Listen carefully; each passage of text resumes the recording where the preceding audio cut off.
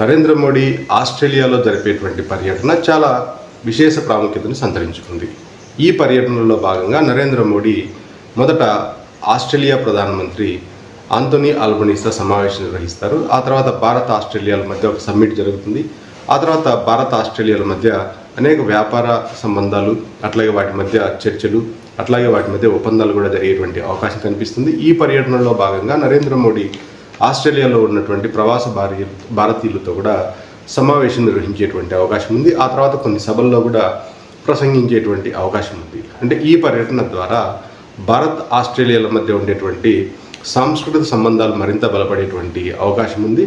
ఈ పర్యటన భారతదేశానికి కాకుండా ఆస్ట్రేలియాకు కూడా చాలా ముఖ్యమైనదనే చెప్పచ్చు. అసలు ఈ పర్యటన ద్వారా నరేంద్ర మోడీ ఏం సాధించాలనుకున్నారు, ఈ రెండు దేశాలు కలిసికట్టుగా ఏం చేయాలనుకుంటున్నాయి అనేది ఒకసారి పరిశీలిద్దాం.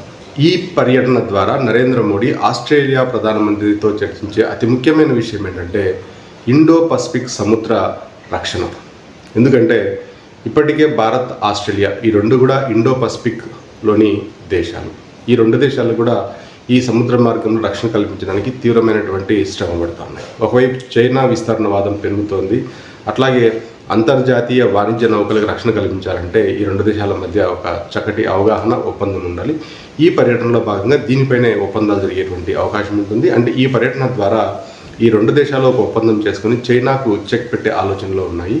కాబట్టి ఈ పర్యటన అటు చైనాకి కూడా కొంత ఆశ్చర్యాన్ని, కొంత భయాన్ని కొలిపిస్తుంది. ఎందుకంటే చైనా విస్తరణవాదాన్ని తగ్గించడానికి ఇంతకుముందు క్వాడ్ లాంటి కూటమి ఒకటి ఉండింది. అయితే అమెరికాకి రెండవసారి అధ్యక్షుడిగా బాధ్యతలు స్వీకరించిన తర్వాత ట్రంప్ ఈ కూటములపైన పెద్ద నమ్మకాన్ని వ్యక్తపరచకపోగా ఈ కూటమిని మరింత బలహీనపరిచేలాగే కనిపిస్తున్నాడు. దీంతో ఇప్పుడు ఈ ఇండో పసిఫిక్ ప్రాంత రక్షణని అటు ఆస్ట్రేలియా, ఇండియా, జపాన్ లాంటి దేశాలు తీసుకున్నట్టుగా కనిపిస్తుంది. కాబట్టి ఈ పర్యటనలో దీనిపైన అనేక ఒప్పందాలు, చర్చలు జరిగేటువంటి అవకాశం సుస్పష్టంగా కనిపిస్తోంది. ఈ పర్యటనలో భాగంగా నరేంద్ర మోడీ ఆస్ట్రేలియాతో వాణిజ్య, ఆర్థిక ఒప్పందాలు చేసుకునేటువంటి అవకాశం కూడా ఉంది. అంటే ఇప్పటికే భారత, ఆస్ట్రేలియాల మధ్య ట్రేడ్ ఒప్పందం అయితే ఉంది.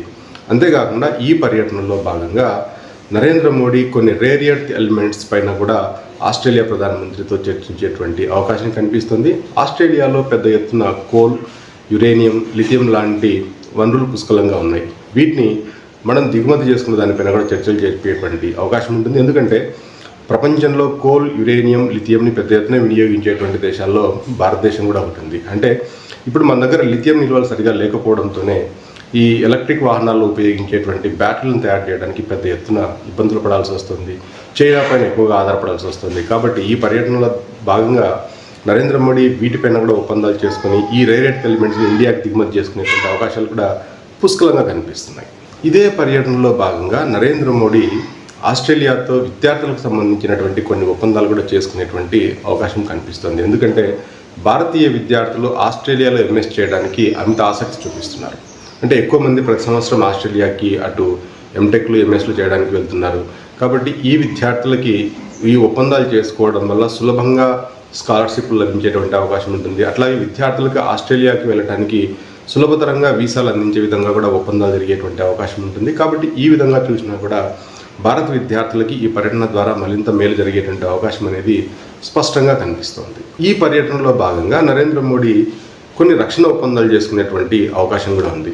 ఇప్పటికే భారత్, ఆస్ట్రేలియా లాంటి దేశాలు ప్రతి సంవత్సరం నేవల్ ఎక్సర్సైజులు చేస్తున్నాయి. అంటే సముద్ర రక్షణ కల్పించడం దీని ముఖ్యమైనటువంటి ఉద్దేశం. అట్లాగే అంతర్జాతీయ వాణిజ్య నౌకలు ఈ ఇండో పసిఫిక్ జలాల్లో వెళ్తున్నప్పుడు చైనా ఏ విధమైనటువంటి అడ్డంకులు కల్పించకుండా ఈ నౌకలకి రక్షణ కల్పించే దానిపైన కూడా ఒక ఒప్పందం చేసుకునేటువంటి అవకాశం కనిపిస్తుంది. కాబట్టి ఈ చైనా విస్తరణవాదాన్ని తగ్గించడానికి ఈ రెండు దేశాలు కలిసికట్టుగా పనిచేసేటువంటి అవకాశం ఉంటుంది. దీంతోపాటు జపాన్ కూడా సహకారం అందించేటువంటి అవకాశం స్పష్టంగా కనిపిస్తోంది. అంతేకాకుండా ఇందాకే చెప్పినట్టు నరేంద్ర మోడీ ఈ ఆస్ట్రేలియా పర్యటనలో భాగంగా అక్కడ ఉన్నటువంటి ప్రవాస భారతీయులతో కూడా సమావేశం నిర్వహించేటువంటి అవకాశం ఉంటుంది.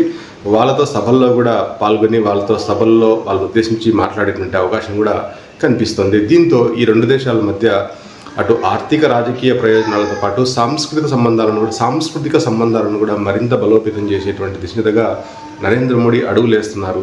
ఇందులో ఎలాంటి అనుమానం లేదు. అయితే నరేంద్ర మోడీ ఆస్ట్రేలియా పర్యటన చేయడం వల్ల భారత్కు వచ్చే లాభాలేంటిని ఒకసారి పరిశీలించినట్లయితే భారతదేశానికి ఆస్ట్రేలియా లాంటి అతిపెద్ద మార్కెట్ అందుబాటులోకి వస్తుంది. ఇది ముఖ్యమైనటువంటి పాయింట్. దీంతోపాటు ఈ పర్యటన ద్వారా నరేంద్ర మోడీ ఆస్ట్రేలియా నుంచి కొన్ని విదేశీ పెట్టుబడులను భారత్లోకి ఆహ్వానించేటువంటి అవకాశం కూడా కనిపిస్తుంది. అంటే మనకి కొన్ని ఆస్ట్రేలియా పెట్టుబడులు భారతదేశంలోకి వస్తాయి. దీనివల్ల భారతదేశంలో అటు ఉద్యోగ అవకాశాలు కూడా పెరిగేటువంటి అవకాశం కనిపిస్తుంది. దీంతోపాటు భారత్ ఆస్ట్రేలియాల మధ్య రక్షణ ఒప్పందాలు కూడా మెరుగుపడతాయి. దీంతోపాటు భారతదేశంలో ఉండేటువంటి విద్యార్థులు ఆస్ట్రేలియాకి వెళ్ళి చదువుకోవాలనుకునేటువంటి అవకాశాలు కూడా మరింత మెరుగుపడతాయి. టెక్నాలజీ ట్రాన్స్ఫర్ కూడా జరుగుతుంది. అదేవిధంగా ఈ పర్యటన ద్వారా ఆస్ట్రేలియాకు వచ్చేటువంటి లాభాలు ఏంటని మనం ఒకసారి గమనించినట్లయితే ఆస్ట్రేలియా కూడా ఈ పర్యటన ద్వారా భారతదేశంతో ఒప్పందాలు చేసుకునేసి భారతీయ మార్కెట్లోకి ప్రవేశించేటువంటి అవకాశం కనిపిస్తుంది. దీంతోపాటు భారత్ని ఆసరాగా చేసుకుని ఆసియా మార్కెట్లో కూడా ఆస్ట్రేలియా తన ప్రోడక్ట్స్ని అమ్ముకునేయడము లేకపోతే తమ మార్కెట్ని పెంచుకునేటువంటి అవకాశాలు ఉంటుంది. కాబట్టి భారత్తో ఒప్పందాలు చేసుకోవడం వల్ల భారత్లోనే కాకుండా అటు ఆసియాలో కూడా తమ మార్కెట్ని విస్తరించుకోవాలి అని చెప్పి ఆస్ట్రేలియా కూడా ఆలోచిస్తుంది. దీనిపైన కూడా ఒక ముందడుగు పడేటువంటి అవకాశం కనిపిస్తుంది. అంతేకాకుండా పెద్ద ఎత్తున భారతీయ విద్యార్థులు ఆస్ట్రేలియాకి చదువుకోవడానికి వెళ్ళడం వల్ల ఆ దేశానికి బాగా ఆర్థిక పరిపుష్టి కలుగుతుంది. ఇది కూడా ఆస్ట్రేలియాకి కలిసి వచ్చేటువంటి లాభమే. మనము రేర్ ఎర్త్ ఎలిమెంట్స్ని ఆస్ట్రేలియా నుంచి దిగుమతి చేసుకోవడం వల్ల ఆస్ట్రేలియాకి మరింత ఆర్థిక పరిపుష్టి కలుగుతుంది. కాబట్టి ఏ విధంగా చూసినా కూడా నరేంద్ర మోడీ ఈ పర్యటన చేయడం వల్ల అటు భారతదేశానికి లాభాలు ఉన్నాయి, ఆస్ట్రేలియాకు కూడా చాలా లాభాలు ఉన్నాయి. కాబట్టి ఈ రెండు దేశాలు కలిసికట్టుగా ముందుకు వెళ్ళాలని చెప్పి నిర్ణయించుకోవడంతోనే ఈ పర్యటన బీజం పడింది. భారత్ ఆస్ట్రేలియా రెండు కూడా ప్రజాస్వామ్య దేశాలు. చైనా కమ్యూనిస్ట్ దేశం. అక్కడ ప్రజాస్వామ్య పాలన లేదు, ఒక విధంగా నిరంకుశ పాలనే ఉంది. కాబట్టి ఈ నిరంకుశ పాలకుల విస్తరణవాదాన్ని తగ్గించడానికి ఈ రెండు దేశాలు కలిసి ఒక కూటమిగా ఏర్పడి చైనా విస్తరణవాదాన్ని అడ్డుకోవడానికి గట్టిగా ప్రయత్నం చేస్తాయి. ఆ విధంగానే ఈ రెండు దేశాలు ఇప్పుడు ఈ చర్చలు జరగబోతున్నాయి. నరేంద్ర మోడీ ఈ పర్యటన ఒక సాధారణమైనటువంటి పర్యటన అయితే కాదు. ఆర్థిక, రాజకీయ, రక్షణ రంగాలకు సంబంధించి కొత్త ఒప్పందాలు చేసుకోబోతున్నారు. దీనివల్ల రెండు దేశాలకు కొత్త అవకాశాలు ఏర్పడబోతున్నాయి. కాబట్టి ఏ విధంగా చూసినా కూడా ఈ పర్యటన అనేటువంటిది ఆషామాషి పర్యటన కాదు. ఈ పర్యటన గురించి ఇప్పటికే భారతదేశం పాటు ప్రపంచంలో ఉండేటువంటి అన్ని మీడియా సంస్థలు కూడా అమితమైనటువంటి ఆసక్తిని చూపిస్తున్నాయి, చర్చా కార్యక్రమాలు నిర్వహిస్తున్నాయి. దీన్ని బట్టి అర్థం చేసుకోవచ్చు నరేంద్ర మోడీ ఈ పర్యటన ప్రపంచ దేశాలు కూడా ఎంత సూక్ష్మంగా పరిశీలిస్తున్నాయని చెప్పి మనం అర్థం చేసుకోవచ్చు. నరేంద్ర మోడీ ఈ పర్యటన గురించి చైనా చాలా టెన్షన్ పడుతుంది, అదేవిధంగా పాకిస్తాన్ కూడా చాలా టెన్షన్ వస్తుంది. కాబట్టి నరేంద్ర మోడీ ఈ పర్యటన అటు భారతదేశానికి బాగా లాభాలు కనిపిస్తున్నాయి, అట్లాగే ఆస్ట్రేలియాకు కూడా మంచి లాభాలు వచ్చేలా కనిపిస్తున్నాయి. దీంతోపాటు ఈ రెండు దేశాలు రక్షణ రంగాన్ని బలోపేతం చేసుకుని ఇండో పసిఫిక్ ప్రాంతంలో కలిసికట్టుగా పనిచేయాలని చెప్పి నిర్ణయం చేసుకోబోతున్నాయి. ఇది చైనాకు కంటగింపుగా మారింది. ఇండియా గ్లోబల్ పవర్గా ఎదగాలనుకునే ఈ తరుణంలో నరేంద్ర మోడీ ఆస్ట్రేలియాలో జరిపే ఈ పర్యటన చాలా కీలకమైంది. కాబట్టి ఈ విషయంలో మీరేమనుకుంటున్నారో కామెంట్ రూపంలో తెలియజేయండి. ఈ వీడియో మీకు నచ్చితే లైక్ చేయండి, షేర్ చేయండి, సబ్స్క్రైబ్ చేయండి.